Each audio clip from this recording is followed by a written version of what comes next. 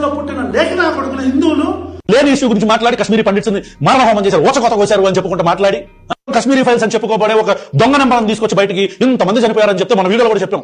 100 మంది కూడా లేదు చనిపోయిన వాళ్ళు గత 20 సంవత్సరాలుగా చూస్తే. మహాభారతం తీసుకొచ్చి ద్రౌపదిని చీరలాగారు, మన ఇతిహాసాలు చెప్పిన అని చెప్పరా నా కొడక నువ్వు. సొంత రాజ్యంలో తరిమించుకొని రాముడు అని చెప్పనంటే ఎలా ఉంటది? రాజ్యంలో పోండి అని చెప్పని తరిమించుకొని అడవిలో అడుక్కు తిని రామాయణంలో సీతను వదిలేసిన రాముడి గురించి నువ్వు చెప్పాను చేపించరా ఈ రోజు అగ్నిప్రవేశం చేపించరా నా కొడక నువ్వు. సీతని వదిలేసిన రాముడిని ఆదర్శంగా తీసుకుని ఈ రోజు ఎంతమంది భర్తలు వాళ్ళ భార్యను అగ్నిప్రవేశం చేపిస్తారని చెప్పని రోడ్డు మీద అడగరా నా కొడక. పూజారులు వాటాల కోసం ఆ చందాలేసి ఆ డబ్బాల కోసం చందాలు వేసుకునే డబ్బాల కోసం కొట్టుకొని వస్తున్నారు. అరే బ్రోకర్ నా కొడక. సనాతన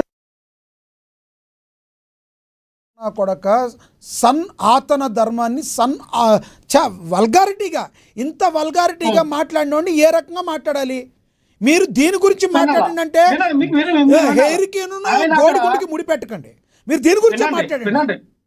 వినండి, చెప్పండి. చెప్పండి. ఇక్కడ ఆయన కూడా ఏమన్నాడు, ఆయన అనలేదు కదా. సోషల్ మీడియాలో బయట ప్రజలుగానే అందరూ కూడా అలాగ అనుకుంటున్నారు. తనకి ఏం సమాధానం చెప్తాం పవన్ కళ్యాణ్ రాతే ఆయన భాషలో ఆయన మాట్లాడు. ఇక్కడ వినండి, మీరు మీకు అనుకూలంగా కొనుక్కున్న క్లిప్పింగ్ మీడియాలకైతే కట్ చేసుకుని పెట్టారు. ఆ పూర్తిగా వీడియో చూస్తే ఆ వీడియోలో ఏముందన్నది రంగనాయకమ్మ గారు రామాయణం గురించి ఆవిడ కూడా ఒక రామాయణం రాశారు. ఆ రామాయణం క్లోజ్ చేయించచ్చు కదా మీరు. మీ పెద్దలందరూ కూడా ఆ రామాయణం అసలు ఉండకూడదు, కాల్ చేయండి అని చెప్పి ఆర్డర్ వచ్చు కదా మీరు. రంగనాయకమ్మ గారు రాసిన రామాయణం ఎందుకు ప్రచురణ అవుతుంది ఈ రోజుల్లో? ఏం మాట్లాడతాం సార్ మనం? సార్ ఒకటి సార్ దెబ్బతీసే అవకాశం ఎవడున్నా తప్పారండి. ఎవడు చేయాలి అన్ని? వీళ్ళకి ఏంటి సార్ ఆ పని? వినండి సార్,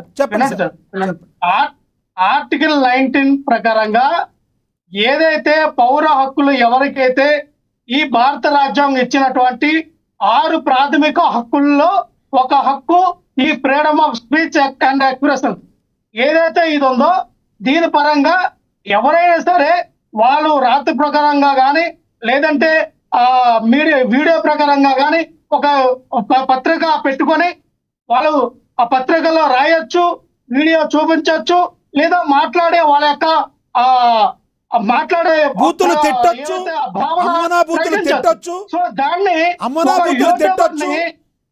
తిట్టొచ్చా? బూతులు కన్నా తప్పే, పవన్ కళ్యాణ్ కన్నా తక్కువే. పవన్ కళ్యాణ్ మాట్లాడితే మీరు ఎందుకు అరెస్ట్ చేయలేదు?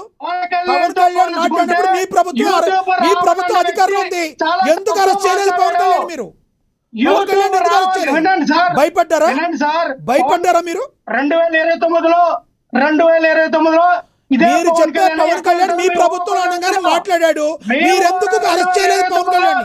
ఎందుకు కేసులు పెట్టలేదు? మీరు మొక్కలు ఎరగొట్టి జైలు ఎట్టడం ఖాయం పవన్ కళ్యాణ్ అన్న వాడికి ఖచ్చితంగా అలాగే జరుగుతుంది.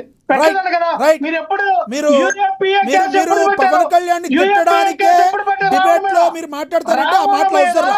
ఒక మాట వినండి, మీ టార్గెట్ ఓన్లీ పవన్ కళ్యాణ్ తిట్టడానికి అయితే ఆ రావణ్కి ఏది పట్టిందో మీ రేగడి మీద కూడా అది పట్టే అవకాశం ఉంటుంది. మీరు మాట్లాడేది ఆచితూచి మాట్లాడండి. రేగడి లక్ష్మణరావు గారికి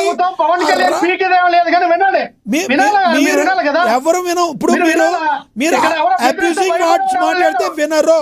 మీరు తప్పు పీకేదేం లేదు, ఇవన్నీ మాట్లాడుతూ కాదు. ఒక్క మాట రావణ్ అనే వ్యక్తి మాట్లాడింది, మీరు వైసీపీ అధికార ప్రతినిధిగా వచ్చారు, రావణ్ మాట్లాడిన మాటల గురించి మాట్లాడండి. రావణ్ మాట్లాడింది మీ ప్రభుత్వం యాక్సెప్ట్ చేస్తుందా లేదా? రావణ్కి మీ ప్రభుత్వం సపోర్ట్ చేస్తుందా అది చెప్పండి. మీ పార్టీ మీ రావణ్కి మీ పార్టీ సపోర్ట్ చేస్తుందా? మీరు లాగొద్దు, మీరు వినండి, లాగడం ఏంటి? మాట్లాడాలి కదా. ఇదే జడా శ్రావణ్ కుమార్ గారు ప్రెస్ మీట్ పెట్టి ఏం మాట్లాడారు? వైఎస్ఆర్ కాంగ్రెస్ పార్టీ నాయకులు కానీ అధ్యక్షులు ఎవరు కానీ మాకు రావణ్కి సపోర్ట్ చేయట్లేదు అని ఆయన మాట్లాడారు. మేము సపోర్ట్ చేస్తున్నాం, రావణ్ మాకు అనుకూలంగా మాట్లాడారు. రావణ్ వైఎస్ఆర్ పార్టీ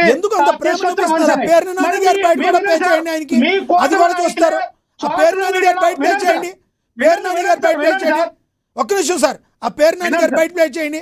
రావణ్ గారు అంట ఎంత బాగా సంబోధిస్తున్నారో ఆ పేరు నాని గారు. సార్ ఇప్పుడు ఎప్పుడైనా కూడా గౌరవం ఇచ్చిపుచ్చుకోవాలి. ఎవరైనా రావణ్ అనే వ్యక్తి గౌరవాన్ని కోల్పోయాడు బయట ప్రజలు టాక్. రైట్, ఒకసారి బయట ప్లే చేయండి పేరు నాని గారిది. ఇవాళ ప్రశ్న అనేటువంటి ఒక యూట్యూబర్ రావణ గారిని తీసుకుందాం, సంఘటన తీసుకుందాం. ఏంటి మీరు చేస్తున్నది?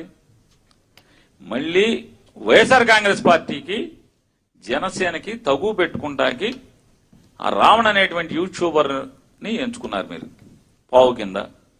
ఏం చేస్తున్నారు ఎంచుకుని? నాకు కనపడేదైతే కాపులు జనసామర్థ్యం ఎక్కడ ఎక్కువ ఉంటే అక్కడ మాత్రమే మీరు పోలీస్ స్టేషన్లో కేసు పెట్టిస్తున్నారు. అదే కనపడుతుంది కదా. ఫస్ట్ కేసు ఎక్కడ పెట్టారు? పిఠాపురంలో పెట్టారు. స్టేషన్ మీదకి దొమ్మికి వెళ్ళారు, దొమ్మికి పంపించారు. నెక్స్ట్ కేసు బెయిల్ రాగానే జడ్జి గారు తిడుతున్నారు, సిగ్గులేదరా బాబు మీకు, ఏం చేస్తాం సార్, చంద్రబాబు గారు వెళ్ళమన్నారు సార్, డీజీపీ గారు వెళ్ళమన్నారు సార్ అని వాళ్ళు ఎడుతున్నారు పోలీసులు.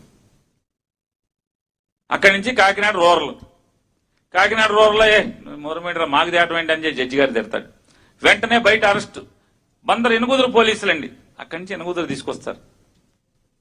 ఎనుగుదురులో స్టేషన్ మీద దొమ్మి, స్టేషన్లో గోడ దూకెళ్తారు రౌడీ షీటర్లు. కొట్టాల్సింది కదా, ప్రశ్న రావణ్ణి కొట్టాల్సింది కదా, ఎందుకు కొట్టలేదు అని అడుగుతున్నాను. బయట అరుగు మీద కూర్చున్నాడుగా, చెక్క బల్ల మీద రావణం చిద్విలాసంగా నవ్వుతా కూర్చున్నాడు కదా.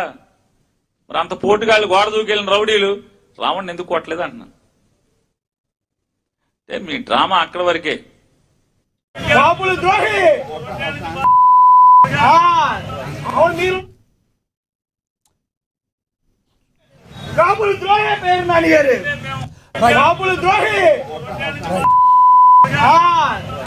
రైట్, ఇప్పుడు రావణ్ణి కొట్టాలి, ఏదో ఒకటి జరగాలి అనేదే మీ కాన్సెప్టా? పేరు నాని గారు మాజీ మంత్రి ఆ రకంగా మాట్లాడొచ్చా? రెచ్చగొడుతున్నారా? ఎవరు రెచ్చగొట్టారు సార్? అసలు మీరు పోలీస్ స్టేషన్లకి ఎందుకు వెళ్ళారు? జనసేన పార్టీ కార్యకర్తలందరూ కూడా ఏం అవసరం? మీరు వైఎస్ఆర్ కాంగ్రెస్ పార్టీ మాజీ ఎమ్మెల్యేలు మినిస్టర్ ఇంట్ల మీదకి వెళ్ళి దాడులు చేస్తారు, అలాగే పోలీస్ స్టేషన్ల మీదకి వెళ్ళి దాడులు చేస్తారా? ఏంటి ఈ దారుణం? ఏంటి ఇది? ప్రజాస్వామ్యం అనుకున్నారా ఏమనుకున్నారా? దేనికి వెళ్ళారు మీరు? పోలీస్ స్టేషన్ల మీదకి వెళ్ళి దాడులు చేయడం ఏంటి? ఎందుకు సార్ అది అంత ఈ అవసరం? ఆయన మాట్లాడాడు అనుకోండి, ఆయన తప్పే మాట్లాడాడు అనుకోండి, ఆయన మీద కేసు పెట్టారు కదా జడ్జిస్, ఆయనకి వాయిదా బెయిల్ మీద బెయిల్ ఇచ్చారు కదా. సరే బెయిల్ వచ్చేస్తారని చెప్పి రాజద్రోహం కేసు వేశారు. ఏమో మరి ఆయన చేసిన రాజద్రోహం నాకేం తెలియదు, కానీ యూపీఏ చట్టం అంటే అన్లాఫుల్ యాక్ట్ పెట్టి ప్రివెన్షన్ ఆఫ్ యాక్ట్, ఏంటి యాక్ట్ చేశారు నాకు అర్థం కావట్లా. మరి ఆ యాక్ట్ అనేది అసలు ముందు రాజద్రోహం యాక్ట్ అనేది పవన్ కళ్యాణ్ గారి మీద వేయాలా? ఆయన కదా తిరుమల లడ్డు విషయంలో తిరుపతి బహిరంగ సభ పెట్టి అపాలసిటీ హిందూ అని చెప్పి ముస్లింస్ ని అలాగే క్రిస్టియన్స్ ని కొట్టండి, వెళ్ళండి, మీకు చావలేదా, మీకు దమ్ము లేదా, మీకు ధైర్యం లేదని వాళ్ళని ప్రోత్సహించి మాట్లాడినప్పుడు ఈ రాజద్రోహం కేసు. ఎందుకంటే భారత రాజ్యాంగ బద్దమైనటువంటి పొజిషన్ లో ఒక మంత్రి పదవిలో ఉన్నటువంటి ఒక బాధ్యత గల ఒక మంత్రి ఆ పక్కన వాడినప్పుడు ఆయన మీద వేయాల రాజ్యద్రోహం కేసు. రైట్, ఎవరిని రచ్చుకుంటారు? పవన్ కళ్యాణ్ అని. రైట్, ఏంటి సార్ మీ అభిప్రాయం అర్థమైంది. దానికి జనసేన అధికార ప్రతినిధి ఎలా రియాక్ట్ అవుతారు? మీరు అడిగిన దానికి సమాధానం ఏం చెప్తారో చూద్దాం. హక్కులకు విలువ లేదు, ఈ రాష్ట్రంలో ప్రాథమిక హక్కులు కాల రాస్తే, రైట్, పౌరుల హక్కులు కాల రాస్తే చూస్తూ ఊరుకోవాలా? రైట్, మీరేదైతే విత్తుతూ ఉన్నారో అదే రేపు డబుల్ త్రిబుల్ కోస్తారో ఉండవట్లేదు. ఎస్ లక్ష్మణరావు గారు, మీ యొక్క అభిప్రాయం అర్థమైంది. దీనికి జనసేన అధికార ప్రతినిధి సుజాత గారు రియాక్ట్ అవుతారు. సుజాత గారు నమస్తే అండి. నమస్తే అండి లక్ష్మణరావు గారు. ఆయన మాట్లాడినంతసేపు మిగిలిన ప్యానలిస్టులు ముగ్గురు కూడా చాలా సహనంగా మధ్యలో అడ్డుపడకుండా ఆయన అంతా మాట్లాడినిచ్చాం. ఇప్పుడు మేము మాట్లాడుతున్నప్పుడు కూడా ఆయన ఏమైనా అభ్యంతరాలు ఉంటే రాసుకుని తర్వాత మాట్లాడమని చెప్పండి. ఎందుకంటే డిబేట్ నడుపుదాం, ఎవరు మాట్లాడినా ఎవరు అడ్డుపడవద్దు. అదే మీరు అందరూ చేశారు, చాలా ధన్యవాదాలు మీ అందరికి కూడా. ఆయన కూడా ఏం మాట్లాడరు. రైట్, మాట్లాడండి, మీరు మాట్లాడండి సార్. మన భారతదేశాన్ని శతాబ్దాల పాటు పరిపాలించిన బ్రిటిష్ పరిపాలకులు కానీ, బ్రిటిష్ పందులు ఓకే వాళ్ళు కానీ